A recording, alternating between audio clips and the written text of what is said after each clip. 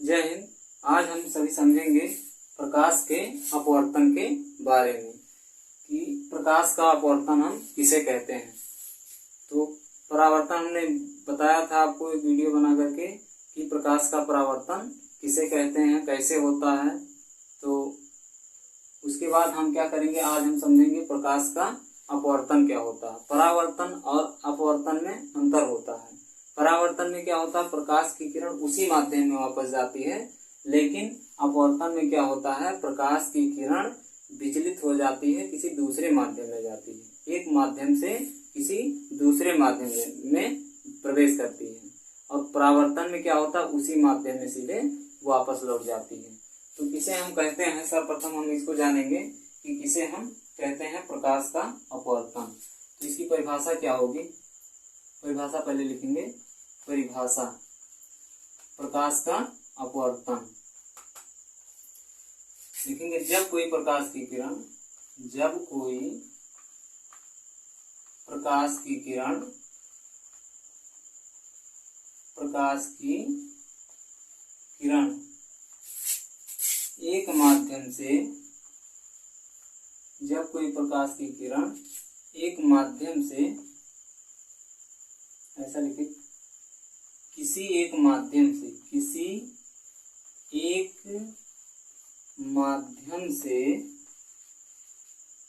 किसी एक माध्यम से दूसरे माध्यम में, दूसरे माध्यम में, माध्यम में प्रवेश करती है, प्रवेश करती है, तो वह अपने मूल मार्ग से विचलित हो जाती है, मूल मार्ग से विचलित हो जाती है। इसे हम प्रकाश का अपवर्तन कहते हैं, प्रकाश का अपवर्तन कहते हैं।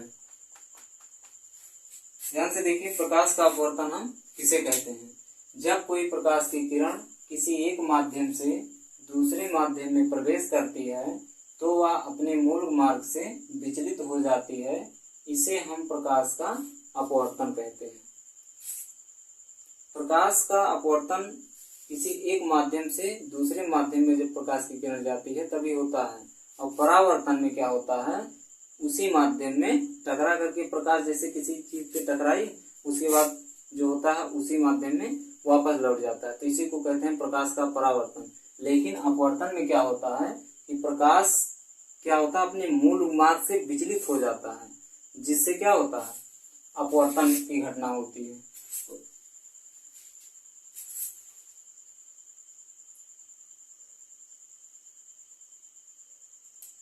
अब देखिए कैसे अपवर्तन होता है, इसको हम एक फिगर के माध्यम से समझेंगे कि प्रकाश की घटना कैसे होती है।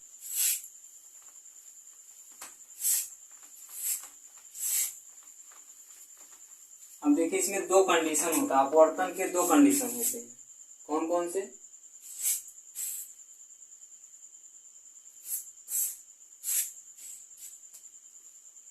पहली स्थिति है अपवर्तन की स्थिति, अपवर्तन की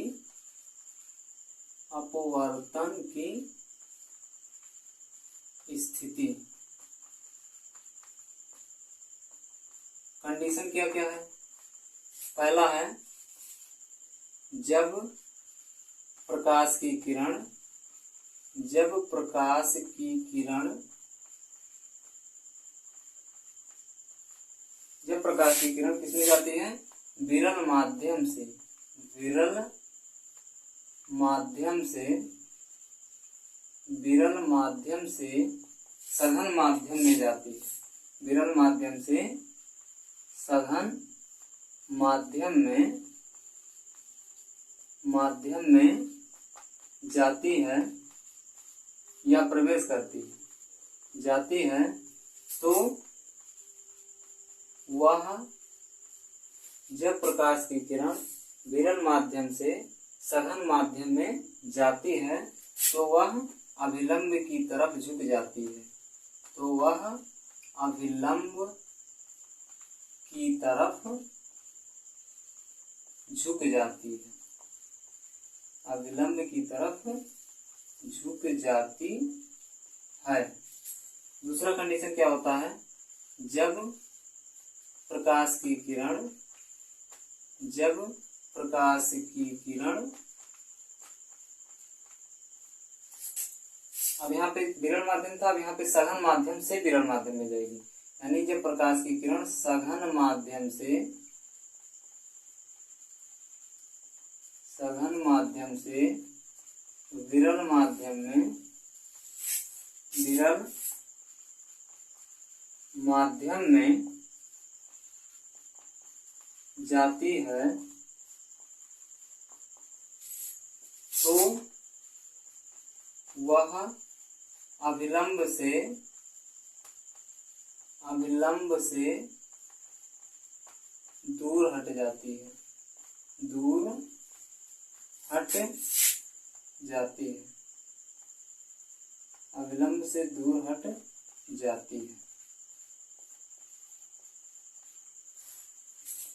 इसको देखिए, पहले कंडीशन अपवर्तन की दो स्थितियां हैं, कौन कौन सी हैं, जब प्रकाश की किरण विरल माध्यम से सघन माध्यम में जाती है तो वह अभिलंब की तरफ झुक जाती है, और दूसरा कंडीशन है कि जब प्रकाश की किरण सघन माध्यम से विरल माध्यम में जाती है तो अभिलंब से दूर हट जाती है।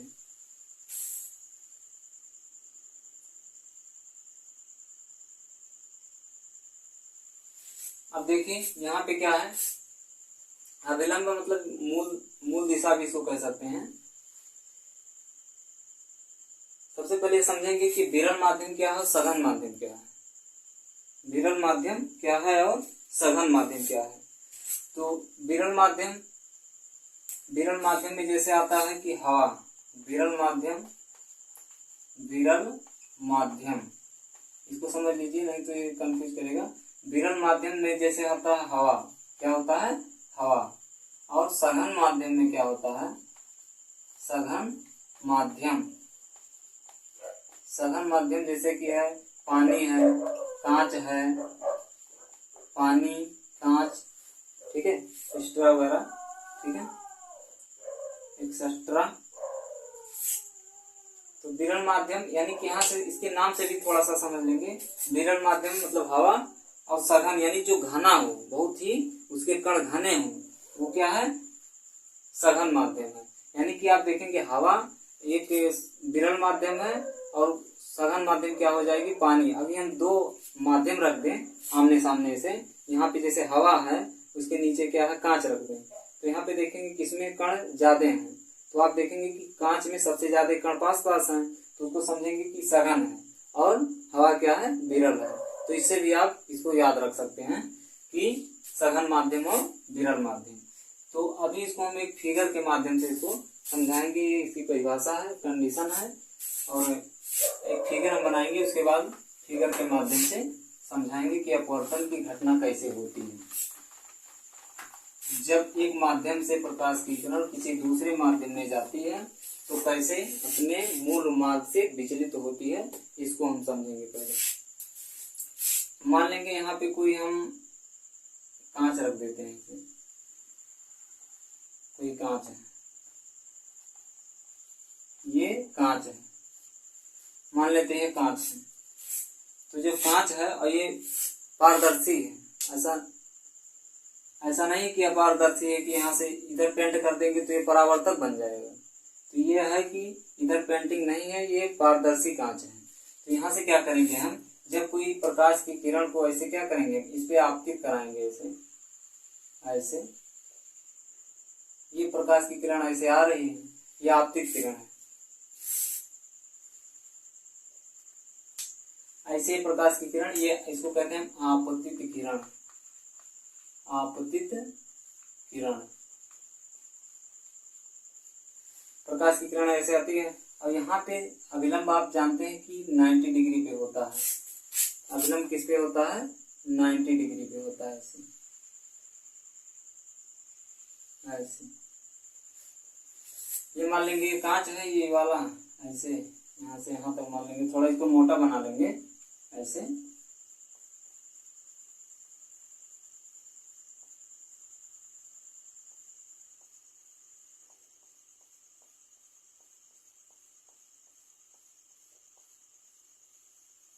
इसको ऐसे पेंट कर देंगे, लगेगा कि थोड़ा मोटा माध्यम है, बस और कुछ नहीं है।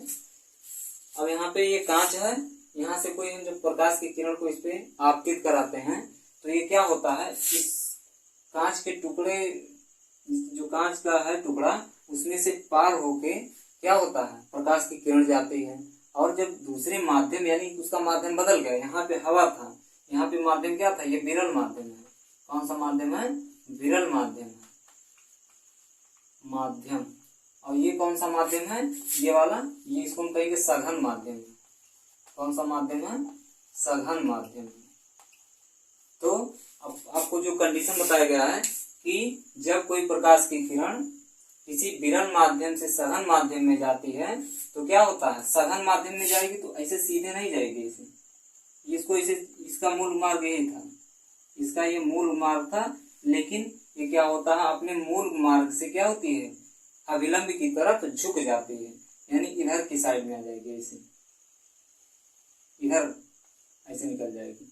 यहाँ पे ना जा करके ये प्रकाश की किरण यहाँ से विचलन के पश्चात, यानी विचलित होकर के अपने मूल मार्ग से ये अभिलंब की तरफ झुकती हुई आगे निकल जाती है। तो ये इसी को कहते हैं हम प्रकाश का अपवर्तन। अब ये पहला कंडीशन, पहला फर्स्ट कंडीशन है, ये कौन सा कंडीशन है? फर्स्ट कंडीशन, कि जब विरल माध्यम से प्रकाश की किरण सघन माध्यम में जाती है तो अभिलंब की तरफ झुक जाती है। अब इसी का क्या है, दूसरी स्थिति कैसे बनेगी कि अभिलंब से दूर कैसे हटती है।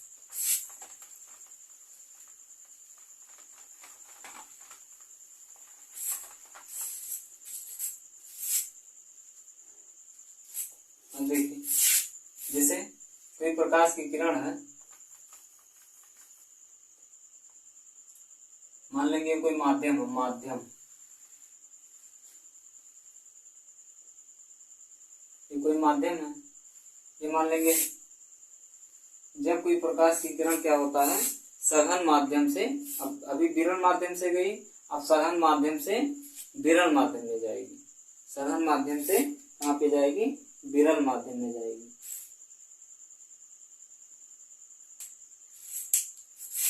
जैसे देखिए, ये मान लेंगे यहाँ पे कोई कांच है, कोई कांच है, ये पूरा कांच है, तो इसमें क्या होगा, हम प्रकाश को आपतित कराएंगे इसे।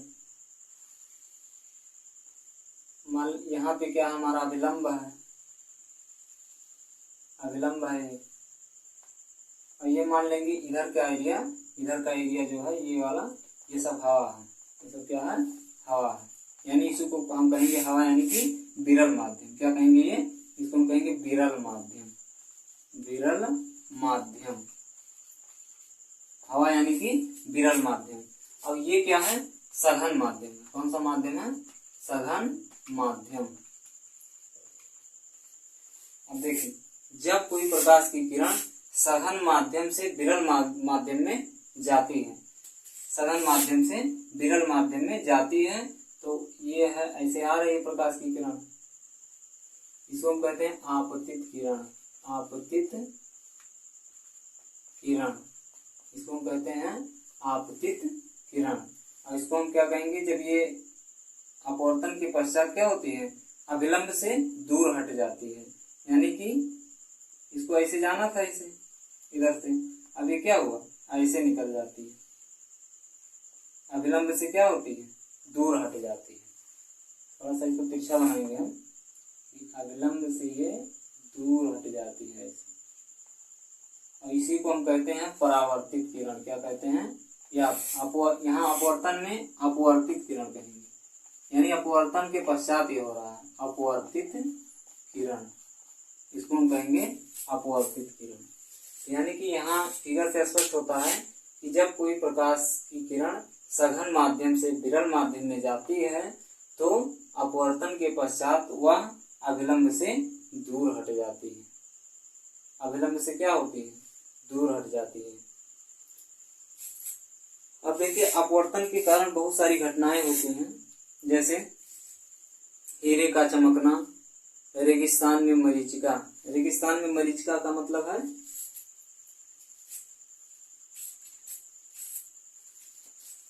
अभी इसको समझिए, उसके बाद बता रहे रेगिस्तान में मरीचिका कैसे बनता है, क्या है।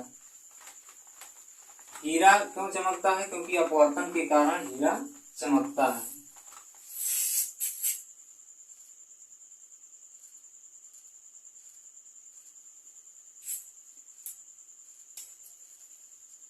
देखिए अपवर्तन के कारण होने वाली घटनाएं, अपवर्तन के कारण होने वाली घटनाएं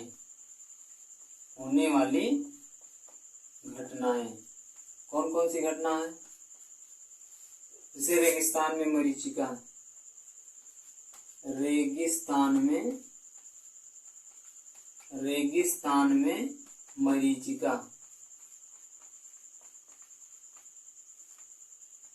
मरीचिका, और क्या है?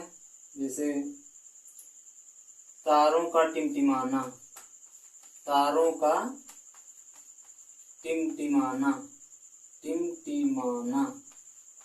रात में तारे टिमटिमाते हैं, क्यों? पूछा जाता है किसके कारण से होता है। रेगिस्तान में मरीचिका, तारों का टिमटिमाना, हीरे का चमकना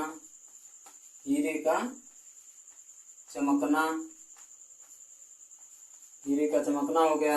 पानी में डूबा सिक्का ऊपर दिखाई देना, पानी में डूबा हुआ सिक्का ऊपर दिखाई देना, हल्का ऊपर दिखाई देता, पूरा ऊपर थोड़ी दिखाई देता है, हल्का ऊपर उठा हुआ दिखाई देना। और क्या होता है? पानी से भरी बाल्टी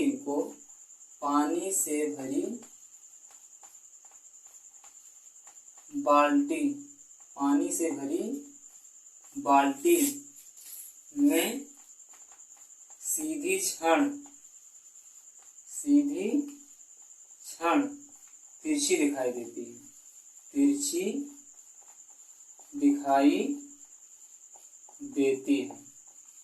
कैसी दिखाई देती है? तिरछी दिखाई देती है। यानी कि रेगिस्तान में अब देखिए अपवर्तन के कारण होने वाली ये सब घटनाएं हैं।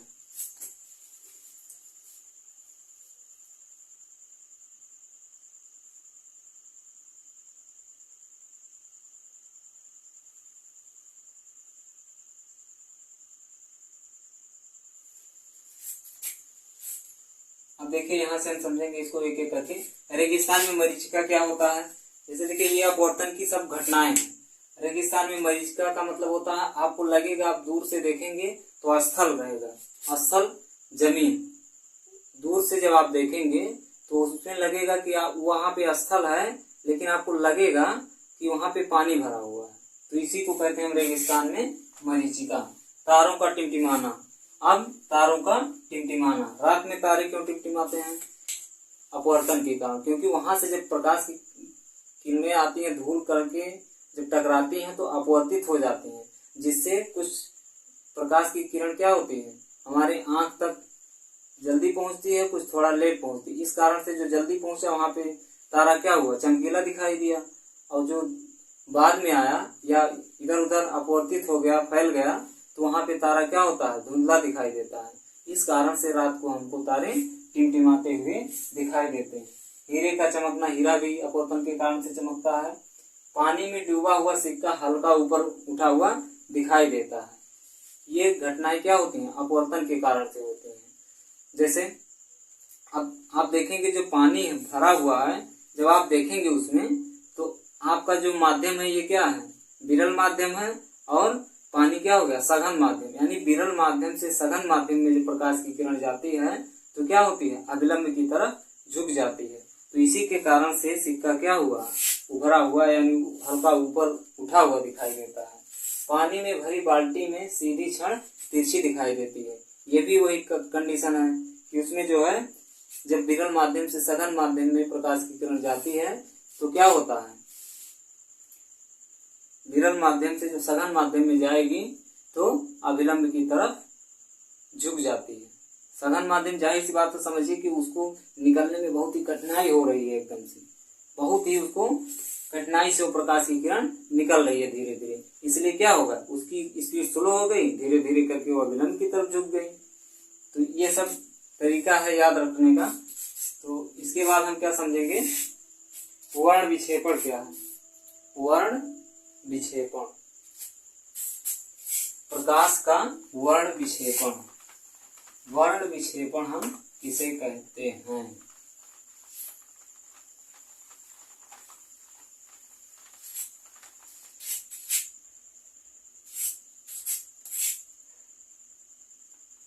वर्ण विक्षेपण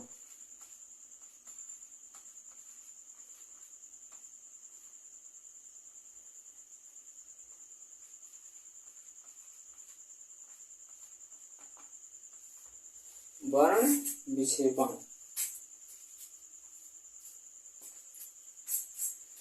देखिए, सूर्य की प्रकाश की किरणों का, सूर्य के प्रकाश का, सूर्य में प्रकाश है, सूर्य के प्रकाश की किरणें जब अपने, या ऐसा लिखिए, सूर्य के प्रकाश की किरणें जब, ऐसा नहीं लिखेंगे, सूर्य के प्रकाश की किरणें अपवर्तन के पश्चात, अपवर्तन के पश्चात यानी अपवर्तन के बाद ही दिखाई देगा ना, पश्चात, अपवर्तन के पश्चात अपने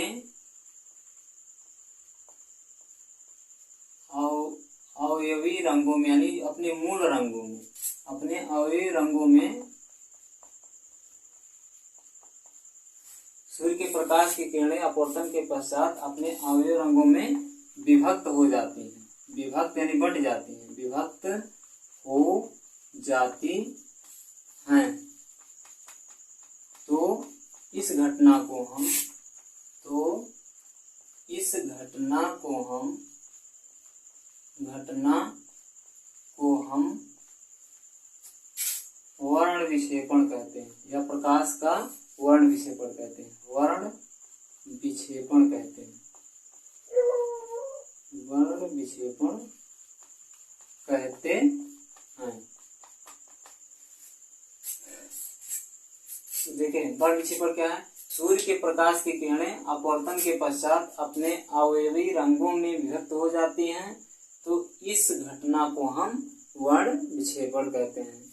हम सभी जानते हैं कि सूर्य के प्रकाश में कितने कलर्स होते हैं, 7 कलर्स होते हैं। कितने कलर्स होते हैं, 7 कलर्स होते हैं। कौन कौन से, उसको हम याद रखने के लिए शॉर्टकट तरीका वो होता है विबज्योर। क्या, विबज्योर, VIBGYOR,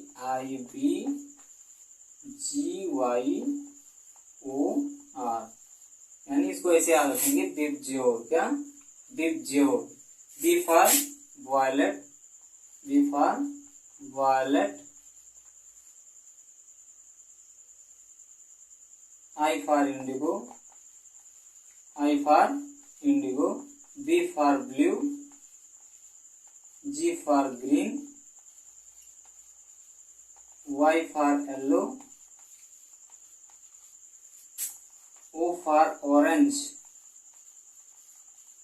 नारंगी, यानी कि R for red। विबज्योर, V for violet, I for indigo, B for blue, G for green, Y for yellow, O for orange, R for red. Violet means क्या होता है? बैगनी। क्या होता है? बैगनी। वायलेट मीन्स बैगनी। इंडिगो मतलब क्या होता है? आसमानी। इंडिगो मीन्स आसमानी। ब्लू मीन्स नीला। ग्रीन मीन्स हरा। येलो मीन्स पीला। ऑरेंज मीन्स नारंगी। और रेड मीन्स लाल। यानी यही 7 कलर्स होते हैं। कौन कौन? पहला, दूसरा, तीसरा, चौथा, पांचवा, छठवां और सातवां। सूर्य के प्रकाश में कितने कलर्स होते हैं? 7 कलर्स होते हैं। और जब यही किसी माध्यम पे पड़ता है, जैसे प्रिज्म वगैरह है, इंद्रधनुष दिखाई देता है, किसके कारण से होता है? अपवर्तन के कारण से होता है। देखिए, जब कोई प्रकाश की किरणें या सूर्य के प्रकाश क्या होता है, किसी माध्यम पे पड़ता है, जैसे प्रिज्म वगैरह है, तो अपवर्तन की घटना होती है। अपवर्तन के पश्चात वह क्या होता है? अपने मूल रंगों में विभक्त हो जाता है। मूल रंग कौन कौन से हैं उसका? विबज्योर है। तो इसी घटना को हम क्या कहते हैं? वर्ण विक्षेपण कहते हैं। क्या कहते हैं हम? वर्ण विक्षेपण कहते हैं। तो ये 7 कलर्स होते हैं सूर्य के प्रकाश में, इसको याद रखेंगे।